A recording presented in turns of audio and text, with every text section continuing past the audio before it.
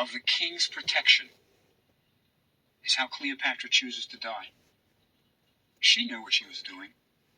It was the cobra that was going to protect her from Octavian, bringing her back in chains and paraded in Rome. She knew what she was doing. She also was thinking about her children. Caesarion is about 17 years old when Cleopatra committed suicide.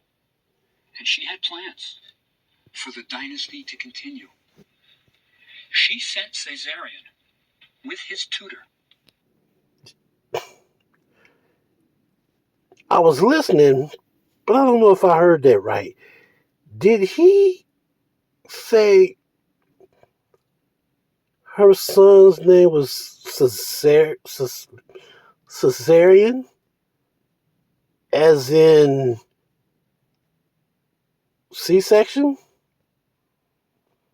I mean, I could be stretching here, but it would make sense. I mean, she was cut technically. You want to go that route, she was cut out of his life, cutting away mother from child, cesarean. So when he says that we owe a lot to Egypt, ancient Egypt, I'm thinking he's right. We do. The the Europeans would have us to believe that, everything came from them. But that's not true. Even they borrowed from Egypt. So I don't know. I just thought that was interesting what he said. Let's continue. With treasure. They were going to sail to India and start a new dynasty. But Caesarion was betrayed by that tutor. He was told, return to Egypt. Come back with me. It'll all be okay. But no, it wasn't okay. He was first brought back to Alexandria, and Octavian, seeing Caesarion, said, there can be too many Caesars, and had him killed. Oh. There was going to be only one ruler. So Caesarion is killed. And she's got 3 more children. Remember the twins? Alexander Helios, Cleopatra Selene, right? The twins. And she's got young Ptolemy, another son. Those 3 children are sent to Rome to be raised, believe it or not, by Antony's widow, Octavia. Oh. And she takes them in. She's always this perfect Roman wife. Now, 2 of the children disappear from history. We don't know what happens to them. But we do know what happens to Cleopatra Selene. At the age of 14, she marries Juba II. He is the king of Mauritania. Oh. Right? This is area around Morocco. She is married to Juba II. Now, Juba II is a scholar and a kindly man. And they have a good marriage. A very good marriage. And they have children. They have a son. And you know what they name? Ptolemy. Ptolemy. Wow. And there's a daughter, Drusilla. Drusilla. Let me tell you how Ptolemy meets his end. Juba II, as I say, is a scholar. And he learns that from a shellfish, kind of shellfish, called a murex, you can extract a purple dye. It's very valuable, but very difficult to extract. And he learns the secret of extracting this purple dye, and it becomes an industry. They make a small fortune with this purple dye. And their son Ptolemy is given a cloak dyed purple, very purple. Oh. And of course, purple is the color of royalty. And Ptolemy goes to Rome to visit his cousin Caligula. That is Ptolemy's cousin. And Caligula sees this purple cloak, and because it's more purple than the things he's got, has young Ptolemy killed. So Cleopatra's grandson is killed by Caligula because his cloak. That's crazy. I'll say that's crazy because in our modern lifetime, what have we witnessed? We have witnessed people getting beat down and killed for their gym shoes. Get a job. Just get a job. Save your money up. Buy your own damn shoes. And then quit if you want to. But to steal somebody else's stuff because you're too lazy to get it yourself? Really? Oh, I like that coat, man. Why don't you come up out of there? I like them shoes, dog. Where you get them from? Oh, yeah? For real? It don't make no sense. They say everything, there's nothing new under the sun. And this is proof that some of the most ridiculous, stupid things to go on in our lifetime have happened before. Before we came into existence. Other cultures, generations, millennium before us did the same stupid stuff. Like, really? You gonna kill your cousin over a coat because you too lazy to get your own, and you the freaking emperor? Like, wow, that's messed up. Is too purple. But the line may live on. Cleopatra may have descendants. Drusilla, right, the daughter, marries Antonius Felix, a governor of Judea. Now, we do not know if she has children. She disappears from history. But it is quite possible that Cleopatra's lineage lives on in the blood of Drusilla and her descendants. So Cleopatra may, in some sense, still live. But anyway, let me say some other things about why it's good that you've studied Egypt so long, these 48 lectures. Yes. We have a legacy that we owe to Egypt. And if you think back about all the things we've discussed, you'll see it's considerable. For example, our 365-day calendar. That's owed to Egypt.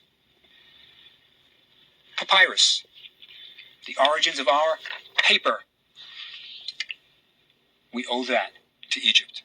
But I think more important, a lot of our religion is derived from Egypt and it's not acknowledged. For example, the obvious one is thinking back to Akhenaten, our heretic king of the 18th dynasty, who on the banks of the Nile became the first one to say there is only one God. Monotheism originates in Egypt. But there are more subtle things that we get out of this. Think about Christianity and how the Trinity, the very notion of the Trinity, perhaps comes from Egyptian gods that always came in triads, threes, Amun, Mut, and Khansu. The Father, the Son, and the Holy Spirit. But also, let me suggest some real long shots.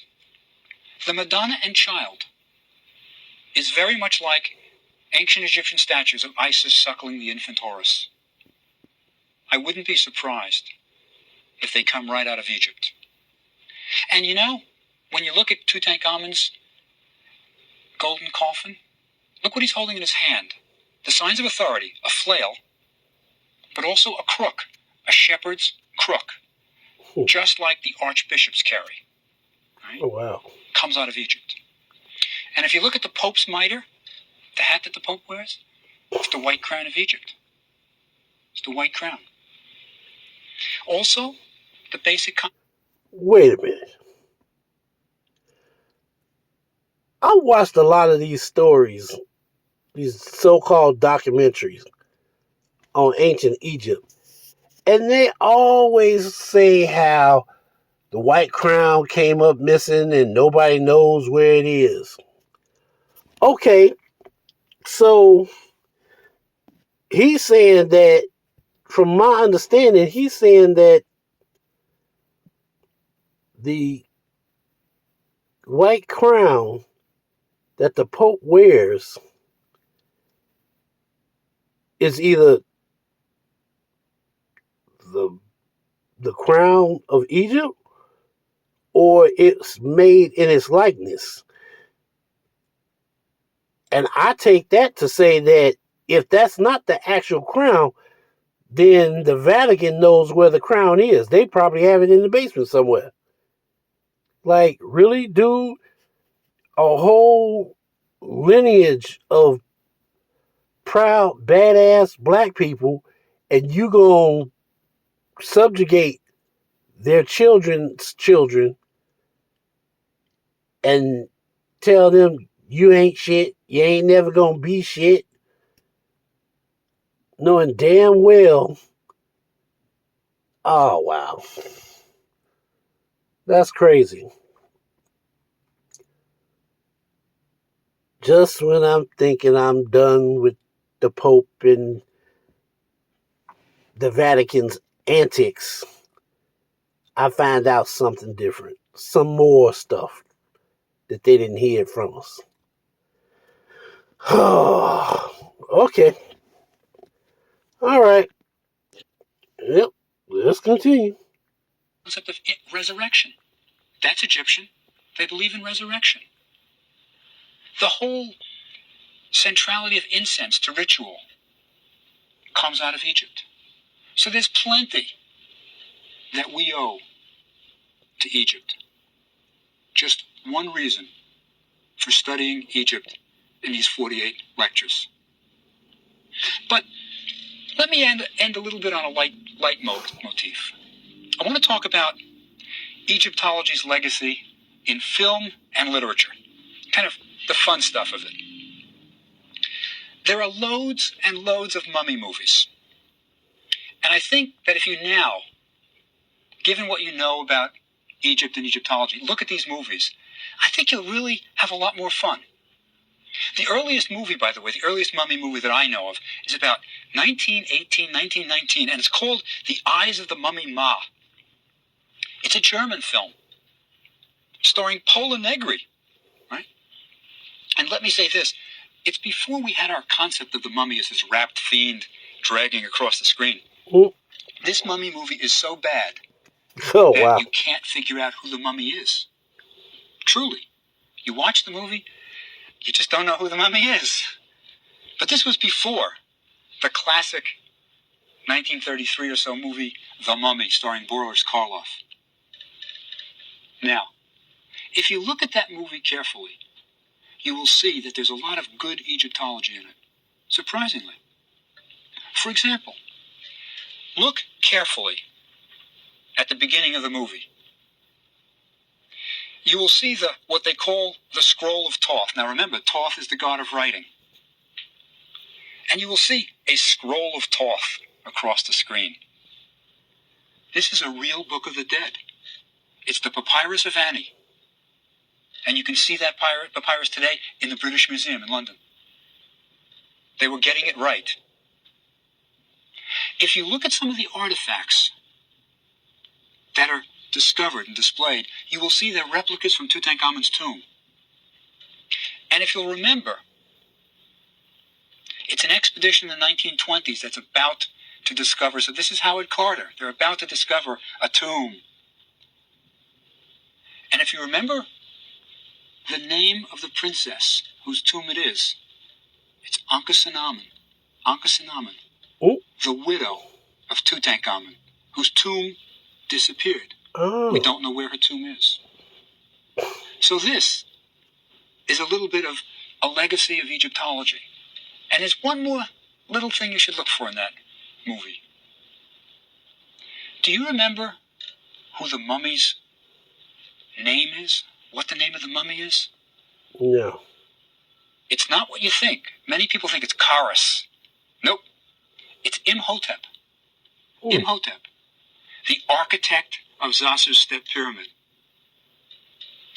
And you know how powerful the image of the mummy is? This will surprise you. The mummy appears on the screen for no more than a minute in the entire movie. Oh, wow. But that's what you remember, the mummy. Now, there are sequels to this classic 1933 movie. The best one, I think, well, there's actually three that come after it. Universal Studios, who made the classic Mummy, made so much money from this film that they had to have sequels, right? And they did several sequels. Boris Karloff didn't appear in any of them. And they're much more hokey than the first one. Because I think what's been lost is the personality of the mummy. In the first one, the mummy has a love. You care for the mummy. You kind of almost root for the mummy. In these, the mummy becomes this bandaged thing with no personality. But, if you'll remember, the people who keep the mummy alive is the high priests of Karnak, right? Mm-hmm. And there's a medallion, right? A secret medallion. And to make the mummy come alive, that's where we get tanna leaves, right? So it becomes, there are traces of Egyptology in these movies, but they become rather hokey. Now, the Indiana Jones one, where they're looking for the lost Ark of the Covenant, if you remember, back from our Tanite kings and our Libyan kings, they're looking for the Ark of the Covenant in Tanis, in the Delta in Egypt. That's a little bit of Egyptology there. Oh. And if you look for these things in the mummy movies, I think you'll see there's a lot more to be seen in them. You know, the most recent mummy movie, the one called The Mummy, the 1999 movie, it's not really Egyptological. It's kind of much more sci-fi, high-tech mummy. But look carefully and you'll find Egyptology. It's a little bit wrong, but it's interesting to see. For example, do you remember that there are canopic jars in the movie that feature significantly? But how many were there? Well, in ancient Egypt, there were 4. But in this movie, there are 5. Right? They didn't quite get that right. Also, if you remember, thousands of scarabs are creeping all over. I mean, the scarab was always the protector in ancient Egypt, but here it's the destroyer. So we get themes in the movies that I think, given what you know now, I think will be more fun to watch and you'll pick up on things. So run out and rent a few of these movies and look at them. And I think the one that you really shouldn't miss is the Elizabeth Taylor Cleopatra film. Because you will see that it is very true to history. You'll see Pothinus, the politician who's advising. You'll see the bratty Ptolemy XIII on the throne. You'll see them all. And I don't know if you realize this, but the movie was an incredible financial disaster. Oh, yeah, it was. Partly because it was so accurate. It got bigger and bigger and bigger. They included everything. But it's quite accurate in the sets. You should look at them carefully. You'll see things that we've talked about. But that's the mummy in movies. Literature. We've got a long, long Egyptological tradition here.